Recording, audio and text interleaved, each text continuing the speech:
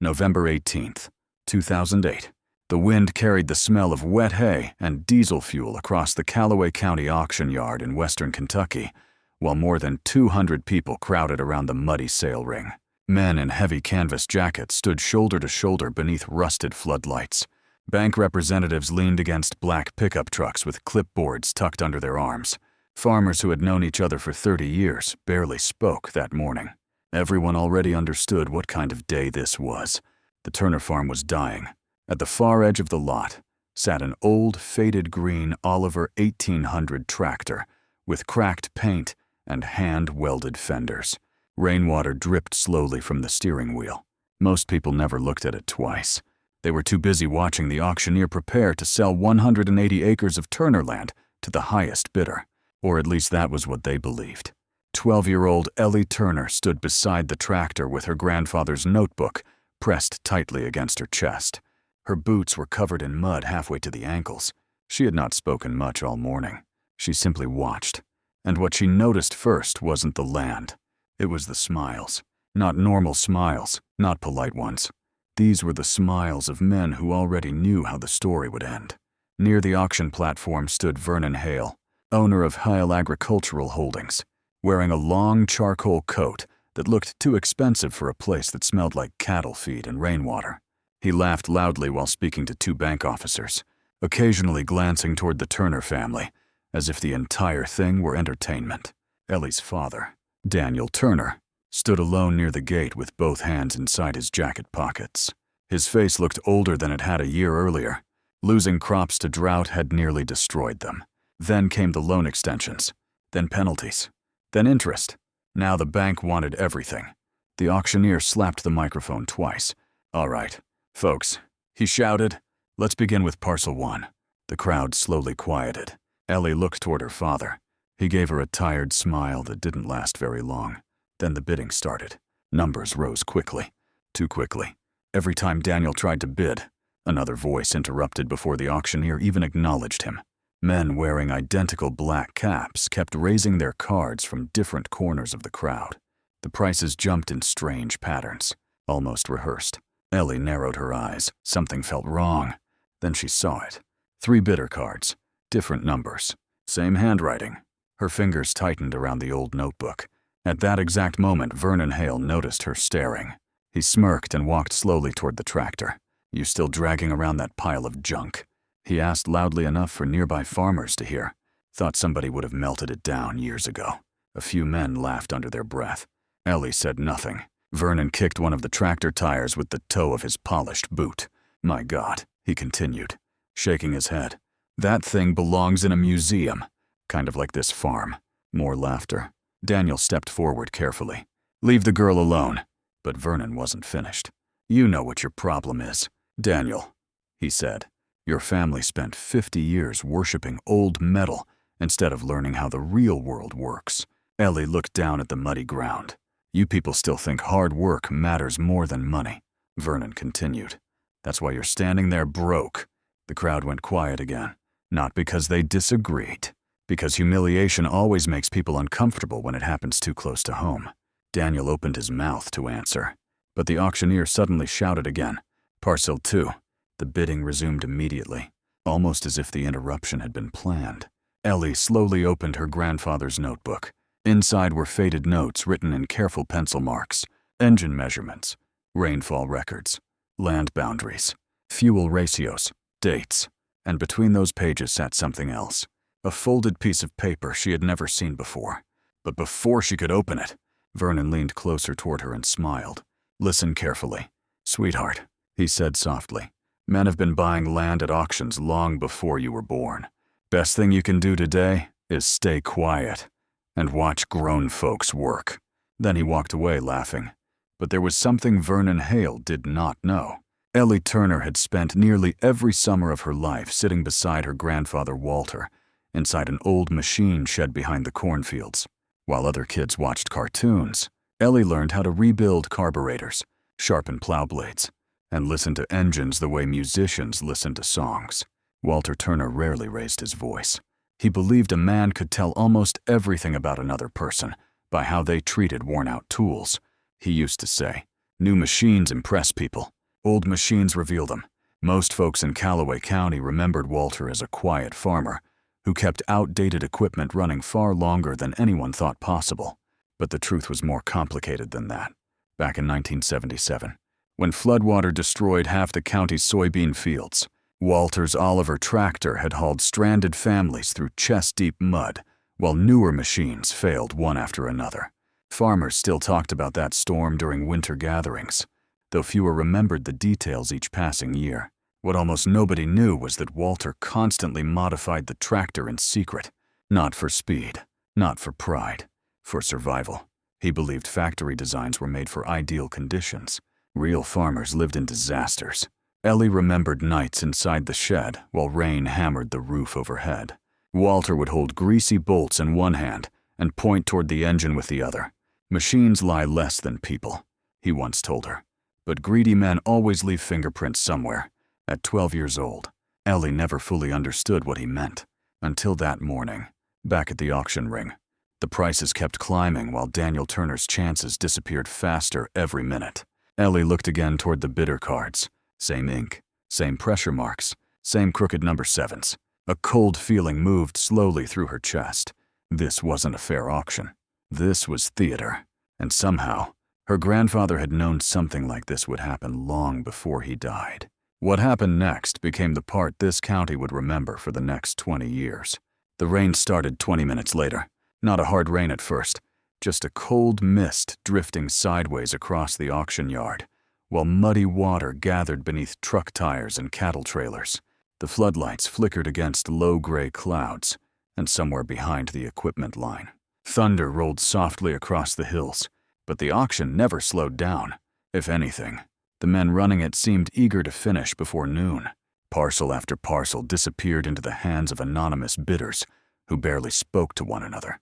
Every time Daniel Turner lifted his number card, someone across the crowd instantly jumped higher, sometimes before the auctioneer even finished speaking. That was what bothered Ellie most. The timing. Real bidding had hesitation, pride, emotion. This felt rehearsed. She watched one of the black-capped men whisper to another near the livestock gate. Seconds later, a third bidder raised his card at the exact amount needed to block Daniel again. Vernon Hale stood nearby with both hands folded behind his back, smiling like a man attending church service instead of watching a family lose everything they owned. Then the auctioneer announced Parcel 7, the South Field, 83 acres, the best soil on the Turner property. Ellie looked toward her father and saw something inside him finally beginning to break. Daniel lifted his card one last time, voice shaking slightly as he called his number into the rain. Another bidder crushed him instantly. The crowd barely reacted anymore. People had already accepted the outcome. But Ellie suddenly remembered something her grandfather once told her. While repairing a gearbox late at night, the men trying hardest to rush a deal, Walter had said, are usually the men hiding something inside it. At the time she thought he was talking about tractor sales. Now she realized he meant people. Ellie stepped away from the auction ring and climbed onto the old Oliver tractor, shielding the notebook from the rain beneath her jacket. She flipped carefully through the brittle pages while voices echoed behind her. Fuel records, crop rotation maps, engine diagrams. Then she found the folded paper again. This time she opened it. Inside was an old county survey map dated August 14th, 1989. A red pencil circle marked the exact southern acreage now being auctioned. Beside it, written in Walter Turner's careful handwriting, were 6 words: never sell below the creek line. Ellie frowned. Below the creek line sat the least attractive part of the farm. Rocky ground. Poor drainage. Nobody planted heavily there anymore. So why had Walter marked it? She turned the paper over, and that was when she noticed another note. Water table confirmed. State report buried. Ellie's breathing slowed. She had heard rumors years earlier while listening to old farmers talk inside feed stores. Stories about underground freshwater reserves running beneath parts of western Kentucky. Land developers paid fortunes for property with protected water access. Suddenly the strange bidding made sense. Blackstone Ridge wasn't buying farmland. They were buying water. And they were trying to buy it cheap before anyone else realized what sat beneath the Turner property. But there was still another piece missing. Ellie looked back toward the bidders. One of the men in black caps pulled paperwork from his coat, while speaking to a bank representative. The wind lifted several pages for only a second. But that second was enough. Ellie saw the signature. Her stomach tightened instantly. She had seen that signature before. Not at the auction. Inside her grandfather's workshop. She jumped down from the tractor and hurried toward the old pickup truck parked behind the equipment row. Inside the glove compartment sat a rusted metal box Walter once used for receipts and spare bolts. Daniel never touched it after Walter died. Ellie dug through faded papers until she found exactly what she remembered. A county inspection document from 1989, signed by Harold Baines. The signature on the auction paperwork looked almost identical. Almost, but not quite. The loops were too smooth, the pressure marks too even. Walter used to teach her how to spot forged maintenance stamps on replacement parts. Real signatures always carried hesitation somewhere. Tiny imperfections, human rhythm. The auction signature looked copied. A chill moved through her arms. Someone had forged county approval documents. And suddenly Ellie understood why her grandfather kept every record instead of throwing them away like most farmers. He had been waiting for this day. Back near the ring, tension was building fast. The rain became heavier. Mud spread across the sale yard in thick brown waves, while men struggled to move equipment trailers toward higher ground. Still, the bidding continued. Vernon Hale grew louder with every parcel he won. Progress, he announced proudly to nearby investors. That's what this county needs. Not more broke farmers praying over rusted tractors. A few people laughed nervously. Others looked away, because deep down, many of them knew Vernon Hale wasn't entirely wrong. Farms were disappearing all across Kentucky. Big companies bought land faster every year. Old families vanished quietly while warehouses and distribution centers rose in their place. But this story was never really about economics. It was about arrogance. And arrogance has a dangerous habit of becoming careless near the finish line. The moment came faster than anyone expected. A massive yellow excavator belonging to Blackstone Ridge attempted to cross the muddy lower section near the loading area. The operator pushed too hard. One track slipped sideways. Then the entire machine sank violently into the mud. The crowd turned instantly. Engines roared. Men shouted. Mud sprayed across the equipment line as the excavator buried itself deeper with every attempt to escape. Vernon Hale cursed loudly and ran toward the scene. "Easy," someone yelled. "You're digging it worse." But panic had already taken over. The machine weighed nearly 70,000 pounds. Rain kept falling, and beneath that muddy field sat the same soft underground water channels Walter Turner had mapped almost 20 years earlier. Nobody else knew it, but Ellie did. She looked toward the old Oliver tractor sitting quietly beneath the rain, then toward her father. "Dad," she said softly. Daniel barely looked up. "Not now, Ellie. That excavator's sitting over the creek line." He froze. Ellie held up the survey map with trembling fingers. For several seconds, Daniel said nothing. Then he slowly looked toward the tractor. "No," he whispered. "Absolutely not. You know, Grandpa modified it. That machine's 45 years old, but it still pulls." Thunder cracked overhead. The excavator sank another 6 inches. Now dozens of people surrounded the scene, while Vernon Hale screamed orders at operators who could do nothing except spin deeper into the mud. And then, through the rain and confusion, Ellie Turner climbed onto the old Oliver tractor and reached for the ignition. For a moment, nobody moved. Rain hammered the metal hood of the Oliver, while Ellie wrapped both hands around the ignition switch. The tractor smelled like cold oil, wet leather, and old iron. Water dripped from the brim of her grandfather's faded brown cap, resting loosely on her head. Daniel Turner rushed toward her through the mud. "Ellie, stop," he shouted. That transmission hasn't been pushed hard in years. But Ellie already remembered the sequence. Grandpa Walter never started the tractor the normal way during winter storms. He always adjusted the choke halfway first, then waited 3 seconds before turning the ignition fully. "Machines talk," he used to tell her. "You just gotta give them time to answer."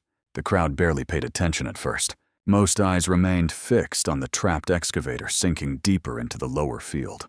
Operators yelled over one another while steel tracks screamed uselessly against mud. Then the old Oliver coughed once. A few heads turned. Ellie adjusted the throttle. The engine coughed again, louder this time.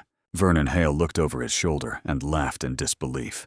"Oh, "This ought to be good," he shouted. "The little farm girl thinks she's gonna rescue 70,000 pounds with a museum piece." Several men nearby laughed with him. One bank officer actually shook his head and muttered, "This family's completely lost their minds." Ellie ignored all of them. She pressed the ignition again. This time, the Oliver exploded awake. The deep roar of the modified diesel engine rolled across the auction yard like thunder. Thick gray smoke burst upward into the rain, while the entire tractor shook violently beneath her boots. And suddenly the laughter stopped, because that engine did not sound weak. It sounded angry. Daniel stared in silence. He had not heard that tractor run under heavy load since Walter Turner's funeral 3 years earlier. The old machine idled low and heavy, vibrating through the muddy ground beneath the crowd's feet. Then Ellie pulled the tractor forward. The Oliver moved slowly at first, thick rear tires cutting through mud while rainwater splashed against the welded fenders. Every eye in the auction yard followed her now, not because they believed she could pull the excavator free, but because nobody expected the tractor to move at all.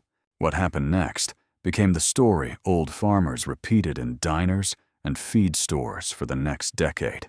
The excavator operator killed the engine, while several men chained the Oliver to the massive machine's front recovery hooks.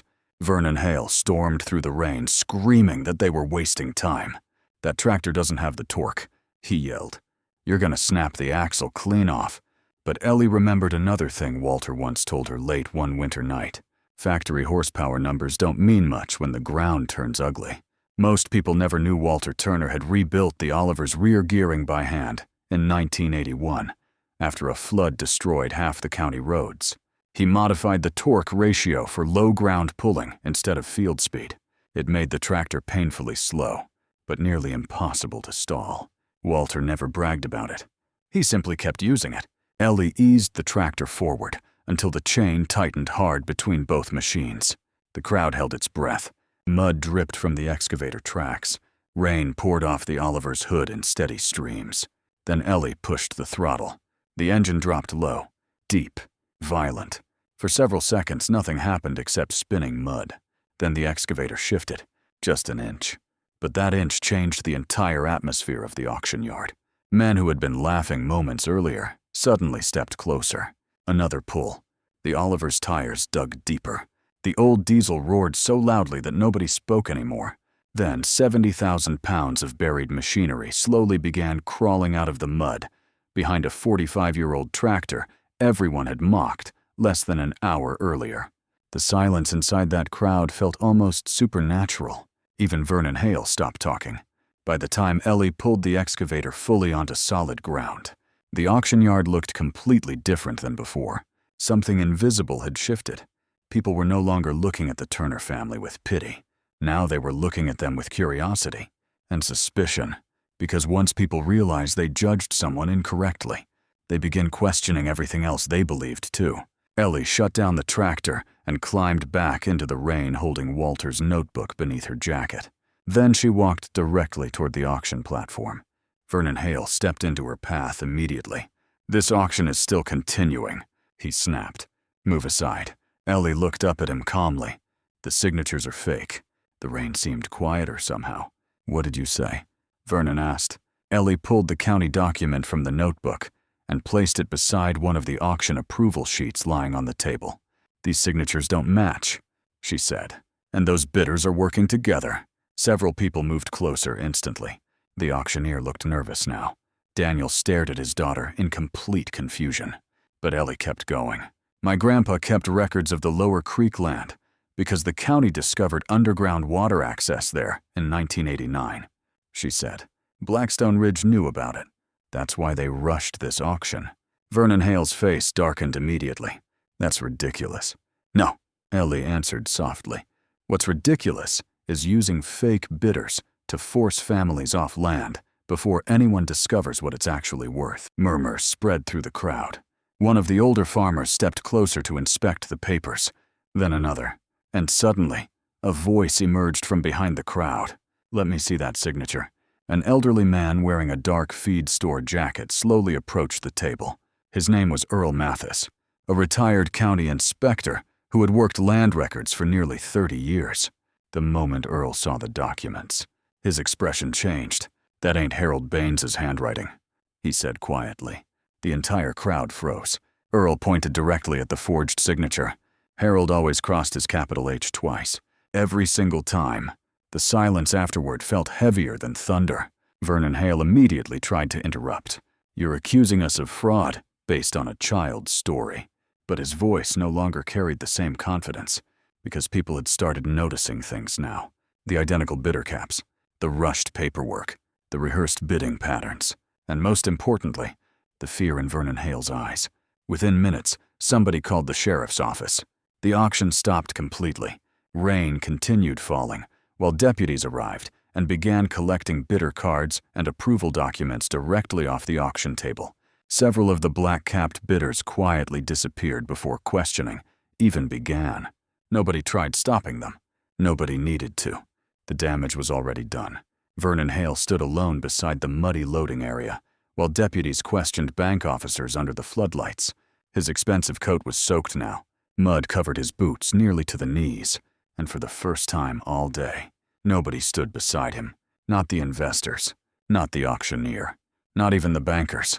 Across the yard, Ellie sat quietly on the old Oliver tractor, while Daniel wrapped a blanket around her shoulders. Neither of them spoke for a long time.